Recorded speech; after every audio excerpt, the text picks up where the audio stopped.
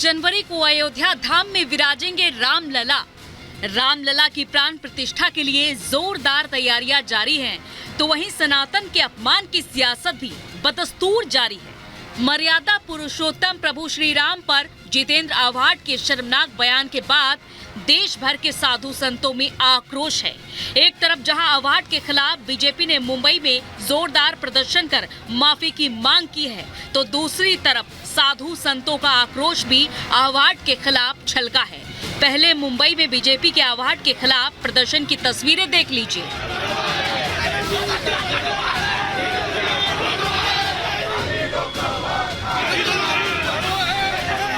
ये राम राज्य पर चलने वाली सरकार है, राम राज्य के विधि विधान के अनुसार। उद्धव ठाकरे वाली सोने वाली सरकार नहीं है ये। एकनाथ शिंदे जी और जिनकी छवि भगवान इंसान करके है, वो देवेंद्र फडणवीस जी के नेतृत्व में चलने वाली सरकार है। अजित दादा भी हमारे साथ है। तो ये सरकार में किसी धर्म की भावनाओं का हम आहत होने नहीं देंगे, और यदि कोई करता है तो उसको छोड़ेंगे नहीं। भगवान श्री राम जी के भोजन पर, रहन सहन पर और वनवास पर वो टिप्पणी करते हैं। ऐसे लोगों को उपनिषद, रामायण और वेदा पढ़ना चाहिए, क्योंकि वो अपने हिंदू संस्कार और संस्कृति भूल गए हैं। साधु संतों ने शर्मनाक बयान पर जबरदस्त प्रतिक्रिया दी है। प्रभु श्री राम के खिलाफ विवादित बयान के बाद संतों में आक्रोश है। अगर शरद पवार की पार्टी राजनीतिक दल है, अगर आतंकवादियों का संगठन है तो कोई बात नहीं, आप कार्रवाई मत करना। अगर राजनीतिक दल है तो तत्काल उसका मुख में कालिक पोत कर, जूता की माला पहनाकर उसको भगाना चाहिए। यह अत्यंत निंदनीय है, ये हिंदुओं को मर्माहत करने वाला है। और अब इस पे स्पष्ट हो गया है कि जब नाश मनुष्य का आता है, पहले विवेक मर जाता है। वही हाल ये इंडिया गठबंधन वालों की है। राक्षसी प्रवृत्ति के लोग हैं और इनका विनाश हो रहा है। ये अपने विनाश को देखते हुए बौखला गए। ऐसा कहना गलत है और झूठा है। ये निंदनीय भाषा बोल रहा है। हमारे प्रभु को बदनाम करने की जो भाषा बोला वो है बहुत ही निंदनीय है, बहुत ही निकृष्ट यह विचार है। इसने इसकी जितनी घोर निंदा किया यह कम है। जाहिर है आव्हाड के शर्मनाक बयान ने बीजेपी को इंडी गठबंधन की तुष्टीकरण की राजनीति को जनता के सामने रखने का एक और मौका दे दिया है। Bureau report, republic Bharat.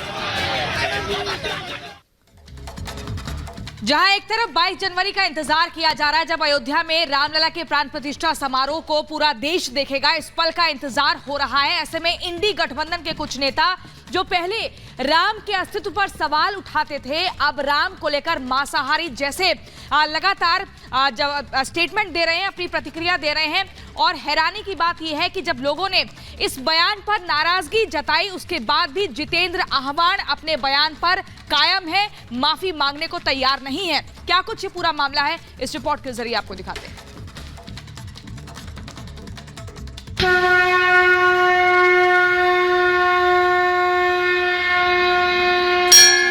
Siyavar Ramchandra की, सियावर रामचंद्र की। राम का खाना क्या था? कोई बता देवे कि राम मेथी की भाजी खाता था।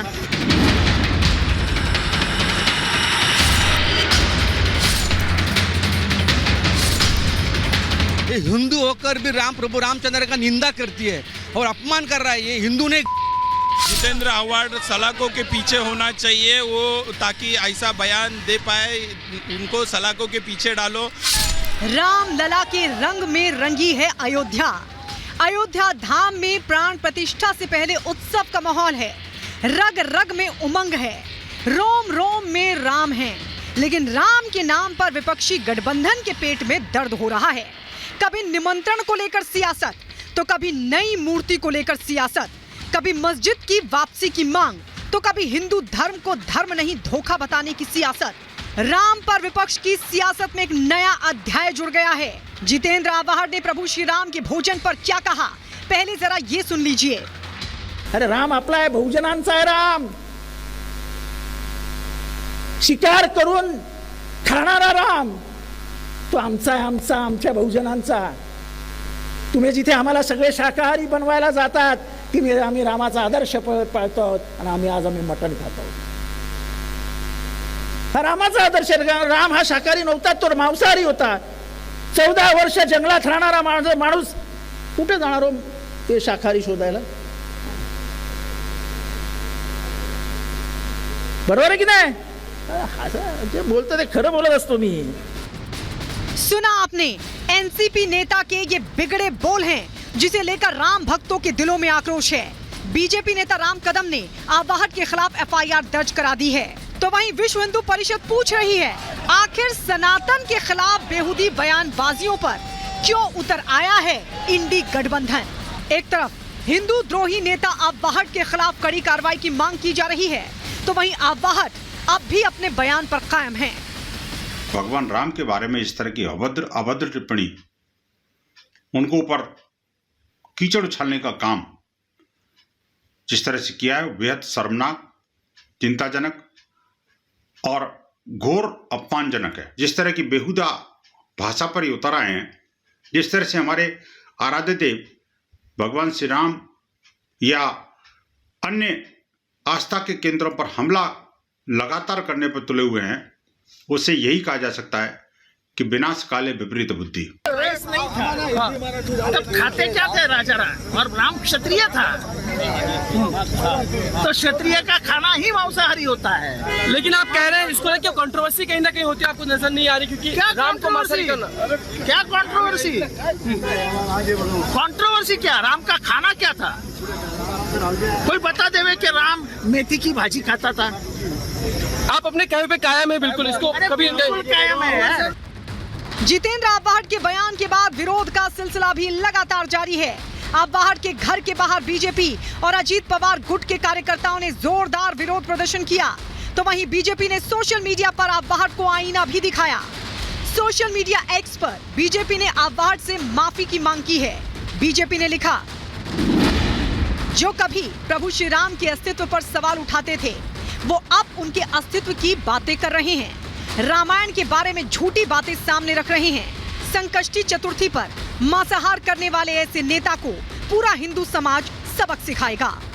ये सोची समझी उनकी राजनीति है, उनका ये षड्यंत्र है, उनकी ओछी राजनीति करने का तरीका है. बार बार हिंदू धर्म, हिंदू समाज का मजाक उड़ाओ, उनकी भावनाओं को आहत करो, और वह आहत करते समय किसी एक संप्रदाय को खुश करो. ये वोट जुटाने की राजनीति में तुम हिंदू धर्म का मजाक नहीं उड़ा सकते. उनके खान पान के विषय में जो बोल रहा है, यह झूठ बोल रहा है, एकदम असत्य है. सदा भगवान हमारे शाकाहारी थे और शाकाहारी के साथ साथ कंदमूल खाते थे, इसलिए ऐसा कहना गलत है और झूठा है. ये निंदनीय भाषा बोल रहा है. हमारे प्रभु को बदनाम करने की जो भाषा बोला वो है बहुत ही निंदनीय है, बहुत ही निकृष्ट यह विचार है.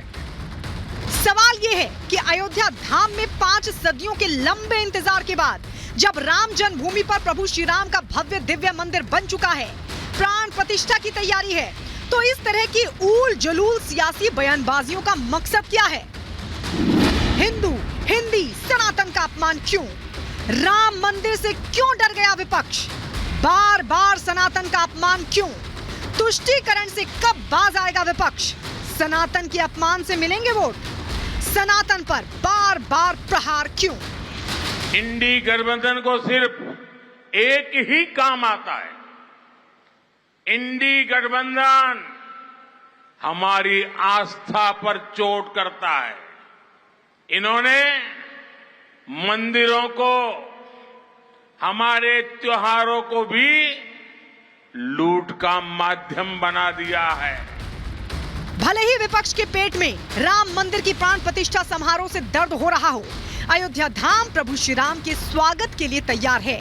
22 जनवरी को जन्मभूमि पर अपने नए घर में विराजेंगे रामलला.